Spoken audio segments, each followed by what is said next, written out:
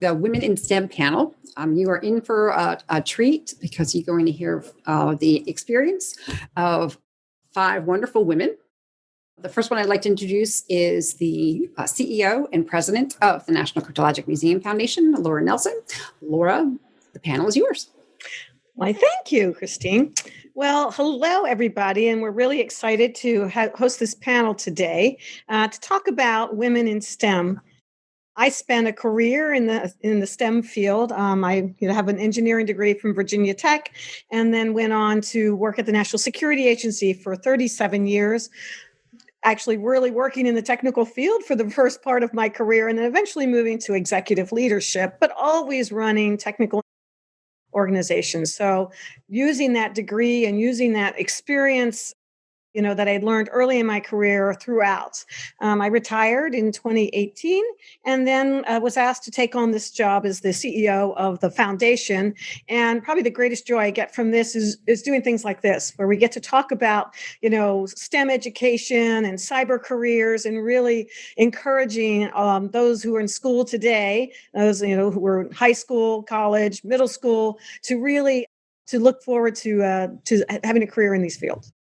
So what I'm going to do is introduce our panelists. We're going to have our panelists introduce themselves.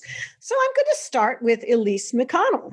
And please, Elise, tell us about yourself. Well, thank you.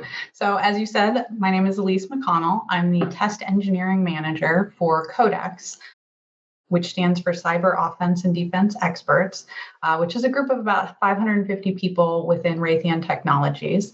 Our skilled team works to ensure all pieces of complex system operate in the way that they need to and meet performance objectives. We're involved with requirements, integration, testing, solving problems, organizing teams, and we often act as the glue to really execute a program.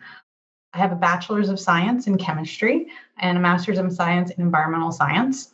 And I've been in the cybersecurity field at Raytheon for about 10 years. At increasing levels of responsibility. I started out just as a test engineer working on programs, and then I've worked my way up. So now that I'm in charge of the department. So it's been fun. Prior to Raytheon, I've worked various jobs. I've been a quality engineer working at an NGA subcontractor. I've been an environmental scientist writing public health assessments for the Florida Department of Health. An adjunct professor, water quality lab technician. So my career has not been a linear path by any stretch of the imagination. Some people figure out what they want to do at an early age and then pursue that, in a very linear path. I had a vague idea that I wanted to be a professor, tried that out, found out that it was not for me, and then found other opportunities, applied myself, learned a lot, and then transferred those skills to other jobs.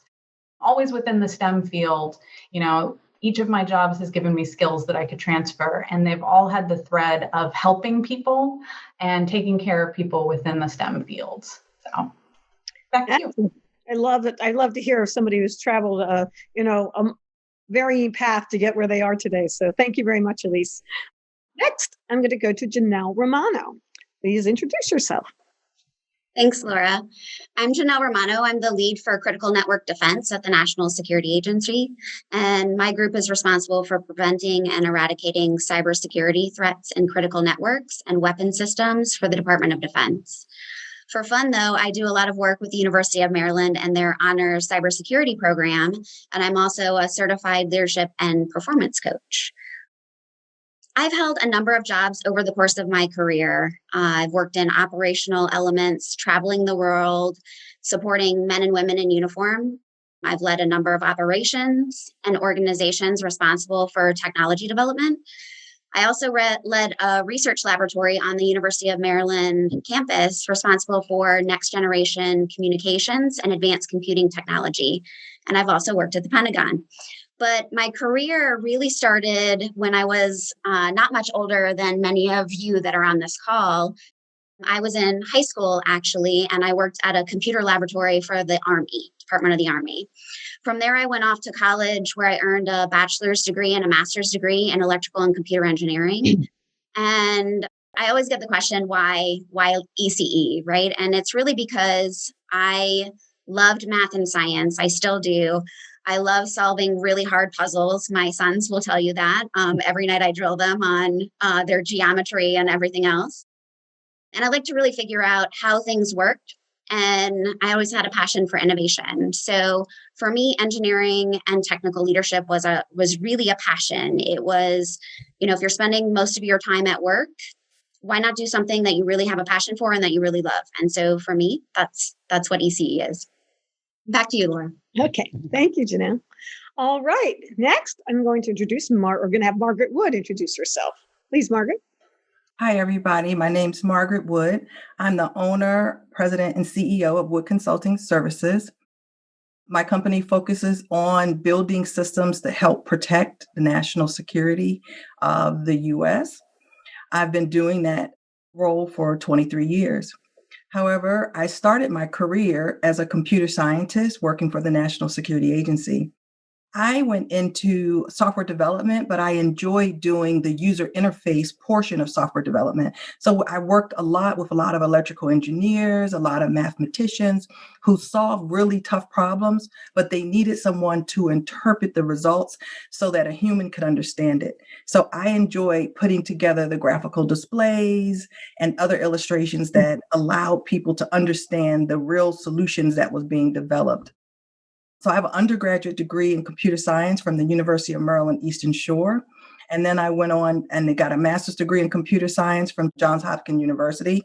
And then I later followed up with a Doctor of Arts in Community College Education at George Mason University. So during my career, I also discovered that I love to teach. So I also have been an adjunct and an associate professor at Prince George's Community College. Wow, what a great background. Thank you. Thank you, Margaret. And then finally, Meredith Dyke, could you please introduce yourself? Hi, everyone. My name's Meredith Dyke, and I'm thrilled to be here with all of these other accomplished women. It was really great to hear about your backgrounds. I am currently the technical director at the Laboratory for Physical Sciences, and this is part of the National Security Agency. So I'm not sure if all of you are aware, but NSA has a research directorate where we do hands-on real science. So we have arguably the largest research organization in the intelligence community and a really great team of talented scientists and engineers. I've been in this position and at LPS and NSA only for 2 years. Prior to that, I was at Sandia National Laboratories out in Albuquerque, New Mexico. So that was a big move across the country. And I was there for roughly 15 years. Guess I'm working backwards. So prior to that, I was at Carnegie Mellon and received my PhD in physics from there. And even prior to that, I went to Bucknell University and received bachelor's degrees in both physics and music. So although I did not pursue a career in music and decided to go with physics, I think that both of those skill fields require a lot of creativity and innovation. Whether you're playing a piece of music and you want to make it your own and make it special, or even make up your own composition, it's the same kind of concepts that go into what we do in the lab with discovering new things and confronting challenges. So like I said, I've been here for 2 years. In this role, I am supporting all of the scientists and engineers that work in the organization. And in this particular position, we have experts in this organization. We have experts in additive manufacturing, advanced sensing, quantum information sciences, hardware trust, advanced high performance computing. So bottom line is it's a really, really cool technology and a super fun place to work. We are actually located on the University of Maryland College Park campus. So we collaborate a lot with students, both undergrad, grad. We have postdocs, we have visiting scientists. And so it's a really dynamic and fun organization to be in. Now, of course, it's a little bit different because of COVID. And so, trying to keep socially distanced while working in the lab, but it is a great place to be. Thank you. Thank you. I love that. I love the physics and music combo. That's a. I can see how that works together. So, all right. So, first question I'm going to ask is, why did you pursue a STEM career? And often there's somebody in our lives that has been a role model for each of us. And so, perhaps if there's somebody that you would like to discuss who helped to help push you in that direction, that'd be great as well. And I'm just going to go right back to Meredith.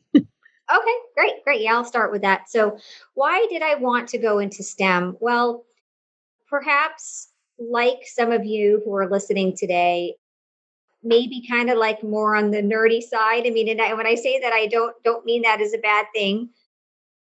I was very shy. I was a super introvert, kind of nerdy.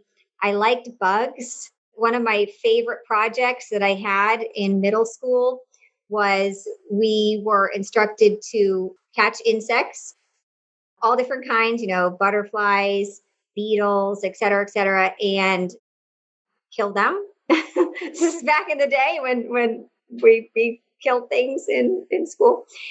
So we had them die, and then we would pin them up on this board and would study them and would draw them and would look at them under a microscope. And I know you're all like probably pretty grossed out by this, but I was just fascinated by it. I just loved it. So I mean, I think I've just always been a scientist at heart, and definitely more on the exploration side than the take things apart and put them back together side.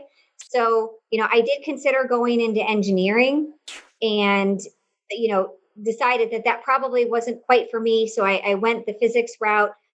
So why did I go into STEM? And it really is just because I wanted to figure out how to answer all of those questions that I had, and understand what what the why is, and the what and the how.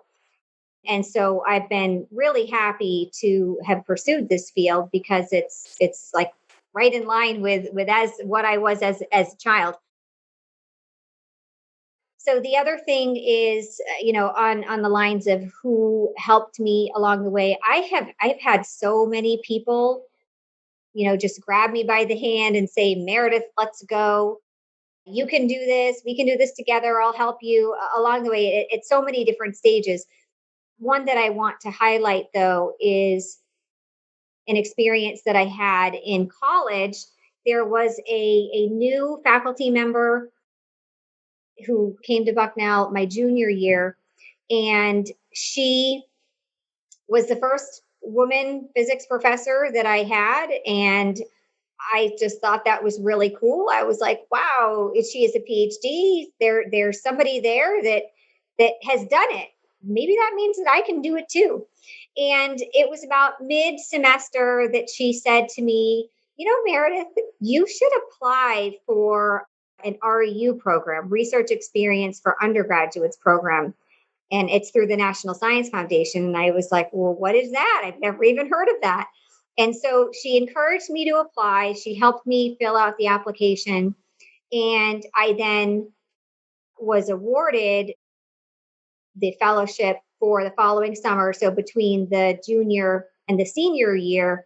And that experience really positioned me to then go into graduate school, because I had some research experience under my belt. So she dragged me and pulled me by the hand at just the right moment to position me for the next opportunity that I would want to have in my career. So much thanks to Sally Koutzliotis, if you're out there listening to this. And I encourage all of you to see if you can find, some of those really special people in your lives who just help you in so many important ways. Thank you, Meredith. Margaret, how about you? What caused you to head in this direction? For most of my childhood and through high school, I didn't really understand what I wanted to be growing up. In elementary school, I remember struggling in math. I've always had a difficult time with math. And I had a sixth grade math teacher who I claim taught me to see the numbers. And simply, he just instilled a love of math in me. and helped me to do things like arithmetic in my mind versus counting fingers and writing on boards and making sticks. So I think having that love of math after leaving the 6th grade kind of always had me focused on math as I continued to evolve. And in high school, I had a computer math class. So I took any type of math class. If there's an extracurricular class I could take on math, I took it. So I had a computer math class, and my teacher, Miss Brown, planted a seed. She said, Margaret, have you ever thought about studying computer science in college? So I am the first in my mother's generation to even attend college, right? My mother was a cook at Bethesda Naval Hospital, and my stepfather worked as a boiler engineer in the federal government. So I didn't have that sort of advice and counseling at home to help steer my career. So she planted that seed for me to go study computer science, and off I went. Excellent. Excellent. And finally, Elise, how about you? So I was interested in math and science in high school due to some very excellent high school teachers that I had. My biology teacher encouraged me to volunteer for the Texas Watch to basically monitor the water quality of our local rivers. And then I had a chemistry teacher who was working on her PhD, and she brought us to her lab and, did some demos, and it was just a fantastic experience. And they both taught and had such passion for what they were teaching that I just fell in love with both environmental science and chemistry, which is why I have degrees in both of them. And then, my parents were always super supportive of whatever interested me. They got me a subscription to Science News so I could read about, science news in high school and learn what was going on. I was pretty much in every academic club that there was in high school because I really didn't know exactly what I wanted to do. And, even now, I've had jobs where I used my environmental science degree. I've had jobs where I used my chemistry degree. I took some programming classes as part of undergrad, thought it was super interesting, but didn't want to change my major. And then took some geographic information systems classes when I was in grad school. I also did undergraduate research and then, obviously graduate research. Loved doing science. And but that GIS class, oddly enough, is what got me into being a quality engineer. And then from being a quality engineer and, the attention to detail, looking at maps for NGA, making sure that they met requirements, that's what got me into software test engineering, because I was doing a lot of SQL queries, joins, and just, fun database stuff. And then I was like, well, mapping is fun. I'm bad at geography, but mapping is fun. But this software test engineering, I feel like that's going to be the future. That was, 10 years ago, cybersecurity test engineering, and very, very pleased that I made that leap because it's been very, very rewarding. Yeah, I think that's probably was a good decision that time. Okay, I'm going to move on to a next question. And, I entered the workforce back in the 80s and was in, studying electrical engineering in the 80s, and found that I was often one of a very few women, or sometimes the only woman on the team or in the group. And often that caused you to face challenges, right? As being, working in a male dominated workforce. And I had shared with the group when we had our call a couple days ago, one of the things that happened to me was I deserved a job. I was the one who should have gotten the job. And in the end, I was 8 months pregnant, and I didn't get the job because I was 8 months pregnant. And they said, well, you're not going to be around for a while. Well, it's kind of like, I had to take a step back and say, what? that has nothing to do with this. I will be back. But, and while I don't think that would happen today, that was a challenge that I faced back at that time. And, these days, I think somebody would say, no, I don't think that's like, you can disqualify somebody for that. But anyway, I wanted to see if you guys could share something about that. So, or, any kind of challenge you face. So Janelle, what can you share about that? I think for me, right, we've had some of these conversations. I didn't necessarily face some of the challenges that you faced in the workforce. I had opportunities that were available to me because of the women that came before me. And one of them actually was Mrs. Nelson, because I had the opportunity to work for her early on in my career. Really from what I've seen over the course of time, right, are that the number of women in STEM and leadership positions today really has increased since I started working. And that doesn't necessarily mean because those opportunities were available to me and others kind of blazed the trail that it was easy or that I didn't have to work hard and sometimes extra hard to overcome stereotypes.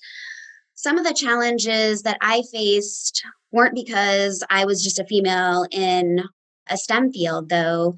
I had the opportunity and I was elevated to a senior executive status when I was pretty young. And so I often found that I was still the only one in a room, especially when I worked at the Pentagon.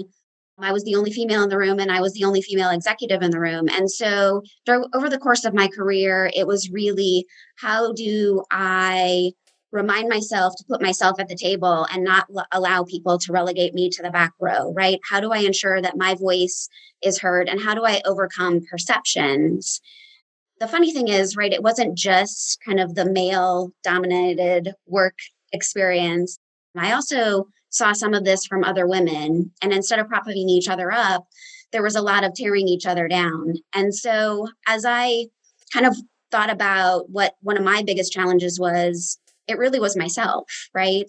It was the self-limiting factors and me self-limiting. And so I didn't really see my male peers do that. And I think some of the things that were, and even to this day, in some cases are scary for me, might be scary for some of the people on this call, right? It's should I jump into a discussion and share an opinion? Will people take me seriously? Am I on the right track?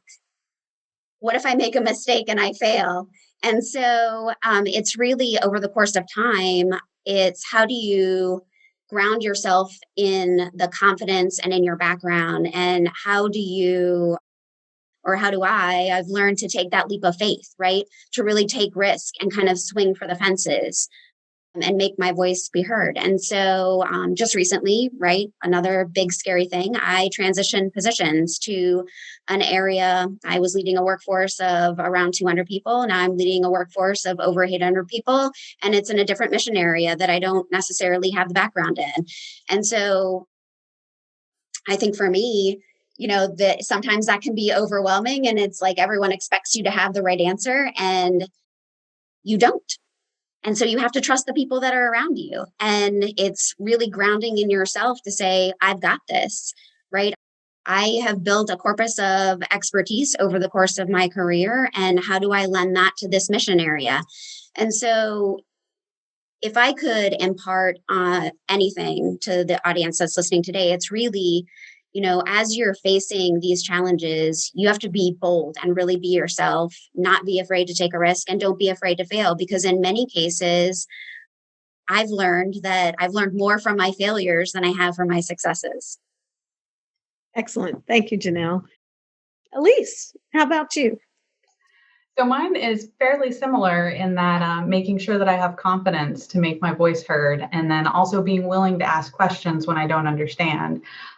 For example, I was in a meeting with, customer, higher ups, the entire team. So we're in this conference room, mostly men, and mostly people with computer science degrees, right? And then I was new to the team and I don't have a computer science degree. And we were discussing requirements for a new tool that they wanted to have built. And during the meeting, one of the customers was like, well, let's change this requirement from this thing to this other thing. And I immediately was thinking to myself, like, well, those things are different. Like, I can't explain to you exactly how different they are, but they're different. And I had a hunch that change could cause unintended consequences. And I talked myself out of saying something because it's like, well, there's the tech lead here. There's, these lead developers. If this was a problem, surely one of these many, many people would say something. So maybe I'm just wrong. Maybe I'm just wrong. And I don't want to in front of the customer be like, hey, by the way, I don't actually know about these protocols. And I should have, because I was right. There were unintended consequences. We ended up building a thing that they couldn't use. because they made that change and it ended up being major. So when that went to their end customer, they were like, well, we can't use this. Why did you make this change? We can't use it. And so we ended up having to rewrite that whole portion. It wasn't our fault because we did what the requirements said to do, but I just kicked myself because if I just said in that meeting, can we just discuss this difference? Because I feel like this is going to cause changes. And can we just talk about it some more before we make this decision?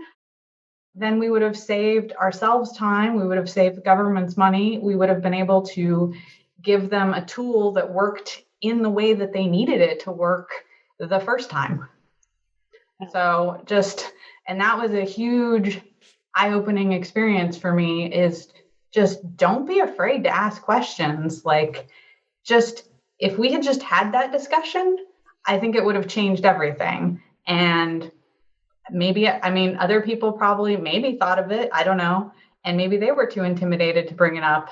And if I hadn't talked myself out of it, could have changed things. So I always refer to that as finding your voice. And I've had to mentor so many women over the years, and they talk about the fact, well, just don't feel comfortable saying it or allow me to say anything. And I said, you got to find your voice, insert yourself into the conversation, even when it's uncomfortable, right? You got to just, sometimes you have to stop the conversation and say, wait a minute, right? So we have a question. Oh, okay. Coming through the chat. How does the panel balance work with their at-home responsibilities, especially during these COVID times? Well, that's a great question.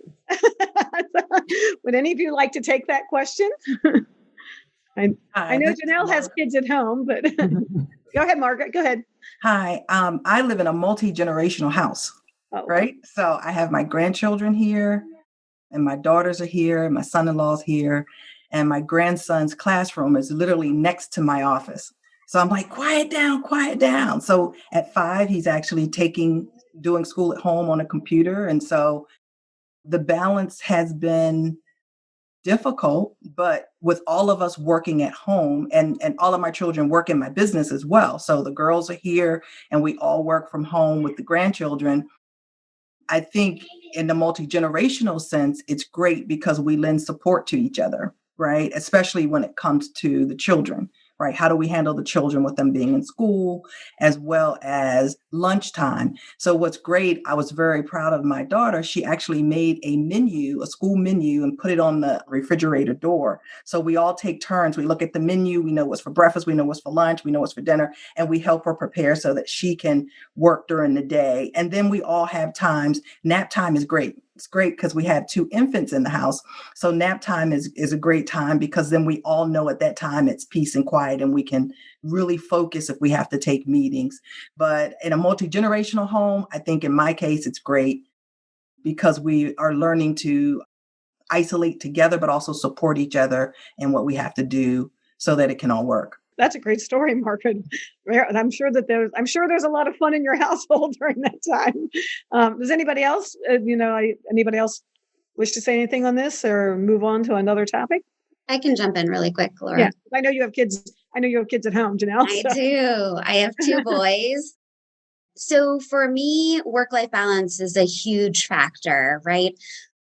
When my children were little, actually, when my one son started school, he was identified with some challenges right before he went in. And so for me, it was, I had to leave work every day at 2:00 or at 11:00 to take him out of his classroom, and he would miss the middle of his day. And so I remember getting ready to walk into a briefing where I was going to brief a host of staffers from the Hill. And I got a call from the school and I had to drop everything and turn to the person who sat next to me and was like, I'm really sorry that I have to do this. And he's like, just go. And so it was really learning how to build a team and depend on those people around you in order to continue operations at work, right, while you're taking care of your family at home. He eventually got over that. Obviously, I would take him out at 11, put him back in at 2. And then after a while, he was able to stay the whole day. But really from across the course of my career, it's really been, how do you define success, right? And that definition of success changes throughout the course of your career. And sometimes you have to give a little at work in order to cover at home. And sometimes you have to give a little at home in order to cover at work. And it's really being true to yourself and true to your core values and how you do that. And you have to build that level of comfort with the team that's around you, the village that's with you at home, and the village that's with you at work in order to strike that balance. COVID's been especially hard, especially for my family. So my two sons during the spring semester were entirely virtual. And it was, how do you cover? Because while the rest of the world was off, I was one of the emergency personnel that was going into the office every day. And so that was really striking a balance with the school to say, there will be periods of time where my sons don't have access to the internet. And how do we adjust and make sure that they can complete all of their schoolwork in order to make that happen? I was fortunate that I was able to hire a nanny at some point during that soiree. And so she was able to stay with him or with the two of them at home in order to cover that delta when I was at work. But I'll tell you, my sons were great sports, right? They would get up in the morning at about 4:00 in the morning on the days that I had to go in, and they would have advanced math homework or something. And they'd say, Mom, I didn't understand this last night. Can you walk me through it in the morning? And so I would teach math before I went to work. And then when I came home, I would help with whatever it is that they missed during the day. But it really is learning to depend on and grow the village around you and grow that network around you and the comfort level that you're not going to be able to control every facet of your day or their day. And so trusting that you can fall back and that net has you. Excellent. Okay, I'm going to move on to the next question. And what do you see as the opportunities for women in STEM careers, and where have you been able to make a difference for your colleagues or your mission? And I'm going to ask Meredith first to answer this question. As I noted, I was at Sandia National Labs prior to coming to the agency. And one of the things that is really just fantastic about working here is the mission and contributing to this incredibly important mission for the nation. And so I think that there are lots of ways to provide opportunities and take advantage of opportunities and to contribute to the mission. But the one way that's really important to me right now is through other people, and mentoring those earlier career individuals, and mentoring even in an informal capacity some of the kiddos in my neighborhood, being a soccer coach and connecting with kids on a different level. But just being there for them in any way that they need to be there. And one thing that I do like to tell really all of the people that I work with and mentor is to have failure be your fuel, because we are never going to get it right on the first time, most likely not. We may not get it right on the second time, and could even not be right on the third time. And so, we can't let failure get us down, because when we do fail at something, we want to turn that around and have that be a learning experience. So this didn't work out. What is it that I need to do differently? And this, for me, really is about applying the scientific method to all things. So you come up with a hypothesis and you say, all right, here's what I think is going to happen, and here's what I think I should do. And then you give it a try. You do an experiment. And really, life is an experiment. So we try something, it doesn't work, and so we try something different. And a part of that, though, is before you try something different, you need to evaluate what went wrong and then make those changes, kind of do that assessment as to how could I do this differently or better next time. And, it's about being creative and resilient. So if you're going to have failure be your fuel, you got to be creative to come up with a new solution. You've got to be resilient and not let it get you down. So really, these opportunities, I think that opportunities are generated through people and through relationships. We could say There's lots of opportunities to apply for a position as an intern or as a high school work study here at the agency, and I'm sure at the other organizations represented on this call as well. But it's really about making connections to the people. Talk to your teachers, talk to your guidance counselors, talk to your neighbors, talk to your soccer coach or your swimming coach or whatever it may be. A lot of the coaches that you have in your middle school and high school careers are volunteers. And so they probably are doing other things, and they might work in a field that could be of interest to you. You could have them be kind of a mentor, have them work with you outside of the typical role that they are interacting with you on. So anyway, hopefully that's helpful. But again, it really just comes down to people. I like working with people and mentoring them. And I encourage you to find people who can mentor you as well. Thank you. Thank you, Meredith. And then Elise, what can you add to this as well? Well, I mean, I think there are a ton of opportunities within STEM. Just I've done a lot of different things, and I didn't even know that a test engineer was a job when I was in high school. You know, the idea that I could get paid to find bugs was just amazing to find out, because I like to fix things. I like to solve problems, and that's what test engineering is for me. I've been able to make a difference by finding those bugs in, cyber network operations tools that are vital to national security. And I've gotten a lot of joy out of that. Knowing that I found major things prior to delivery and that they were fixed, is just fantastic. And then when I get back the information that the tool that I helped test worked flawlessly out in the field and did exactly what it needed to do under tough conditions, is just amazingly rewarding. I love getting that feedback. I love it when they come back and tell us, hey, this thing that you worked on, it was amazing. It did exactly what it needed to do. It was just perfect. And then, so that's been very rewarding as an individual contributor. And then now that I'm an engineering manager, I've really enjoyed helping people learn and progress in their career, finding opportunities for them and helping them reach them.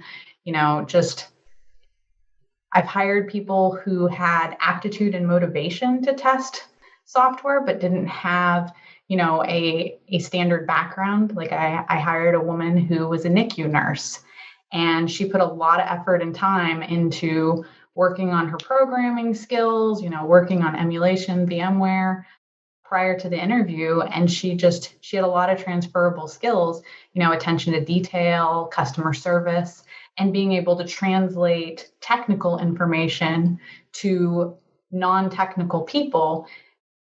As a NICU, it's a very transferable skill when you're a test engineer and you're doing, customer witness FATs. So it's just, I don't know. I've loved it. I've loved everything I've gotten to work with and do. It's fantastic. There's so many ways that you can contribute. The missions that we support are fantastically important, and it's been a privilege to get to work on them. Excellent. Well, I'm going to go to one last question and then see if there's any other questions for folks. And it's, what can you do now? So what can students do now to prepare for a career in STEM? Especially, thinking about what should they study now? What kind of activities? So I'm going to start with Margaret. So what can you do now? For me, it was work ethic. So work hard, definitely communicate with your teachers so that they are aware of what you're trying to accomplish. I like when people talk about aptitude, but sometimes aptitude can be developed. So that's where the work ethic piece comes in. I was always a good student in the fact that I did better than my siblings, not necessarily that I was the greatest student at all levels, at all ages, right? I did graduate from high school, in the National Honor Society, et cetera. But I think for me, it was work ethic. So I encourage you now to work hard. And I also encourage you to think about your life choices. A lot of us work in the national security field. And in order to have this opportunity, we didn't know it when we were younger, but we made choices that gave us an opportunity to pursue this career path. So I always teach my children that life's about choice theory. So think about the choices that you make today and how they could impact your future. So we don't want you to make choices today at the stage you are now that limit your potential in the future. So consider that. Excellent. And then Elise, do you have anything else to add to that? So I joined all of the high school academic clubs that there were because I really didn't know what I wanted to do. So I was in the library science club. I did, UIL theater for fun too. So it's just expose yourself to all of the things out there because you don't know what you know. I mean, you don't know what you don't know. So you may find out that you're super interested in something and you just try things out. I was also a National Merit Scholar, so I took the PSAT as a junior in high school and scored well enough in order to get a scholarship. Neither of my parents went to college, and we weren't going to be able to afford for me to go to college unless I got scholarships. So I was very academically motivated for that reason. But just, and don't limit yourself based on what an early thing you're interested in is. Your career doesn't have to be a linear path. You can bounce around, you can try different things. The first thing that you do and that you major in college, or it doesn't have to be your path forever. You may do that for a while and then find out, oh, hey, here's this related thing that is more interesting to me. Let me try that out. And always keep learning. There are so many learning opportunities. Just, like Raytheon offers educational reimbursement so that you can learn on your own. And that's how I took Python or C++. It's just, programming classes that they were willing to pay for so that I could be better at my job. Thank you, Elise. It's interesting. I've been serving recently. I was on the board of trustees for a scholarship program in our local county. And I see these applications for students coming in. And I was doing a review for engineering scholarships, as it turns out. I was completely amazed at what the students were doing, not just in clubs and sports and things in school, but what they were doing outside of school, and that they were taking internships. Here they were in high school and taking internships and learning and doing these projects. And I was just unbelievably, I was amazed. Just so many more opportunities now than I think about when I was growing up. And so, look for those, reach for those, and find something to grab onto. Mm-hmm. And then can I just add one thing? Yes. Or if you're interested specifically in vulnerability research, I highly recommend checking out capture the flag type competitions. So that is you can do them on your own. You can join a team. Lots of colleges have teams that they compete together on those, and you can learn a lot. Sorry to interrupt. No, I was just going to follow up with a question that we have actually from a parent who has joined us today. I see that there's more demand for STEM programs than there are opportunities. I would love to hear how to find opportunities at the middle and high school level. So based on just my own experience here more recently with working with these scholarships, I find that in some of the schools when I was doing the review, first of all, the guidance counselors are you talk to your guidance counselors. They are usually well connected and can point you to those opportunities. The other is I found that there was in some of the cases, teachers in specific areas. In the tech education areas, I found that a lot of the teachers were pushing kids into various, whether it was internships or other external activities. I've been finding in doing these reviews that that's where a lot of that is coming from. But there's also, you look at just our foundation alone, right? We have, you can look and there's all kinds of educational opportunities that we provide through these cyber chat series or, some of the other work that we do. So I think it's beyond just, looking inside the school, but you can look at some of the other local foundations, some of the companies like, Raytheon. Elise mentioned Raytheon. There's something you can do there. NSA offers a high school work study program, for instance, where kids come in in their senior year in high school and can work as an intern. It's obviously for more local to this area, but other agencies and other companies offer something similar. So I just wanted to ask everyone, and we can do this like Jeopardy, like the lightning round. We'll start with Laura. I think it's be bold, be yourself, find your voice, and don't be afraid to fail. Take a risk. Great advice. Excellent. Meredith? Just reiterate what I already said, which is have failure be your fuel. Excellent. Margaret? I would say have no be your fire, your fuel that makes you go. People often tell me no, whether it was my background, whether it was anything, they say no. And so that just always lit a fire underneath me and just made me go. So let no be your fuel. Excellent. And Elise? Don't be afraid to try new things. You know, there's so many opportunities out there, and just try them out. And STEM is a huge amount of fun. It's challenging, it's interesting, and it's rewarding. I highly encourage you to pursue it. So Mine would be if an opportunity is presented to you and your first response is no, don't say no. Go back and think about it, because you might find that behind that door is something really, really interesting that you would have never explored. So never say no at first. At least look into it. Anyway.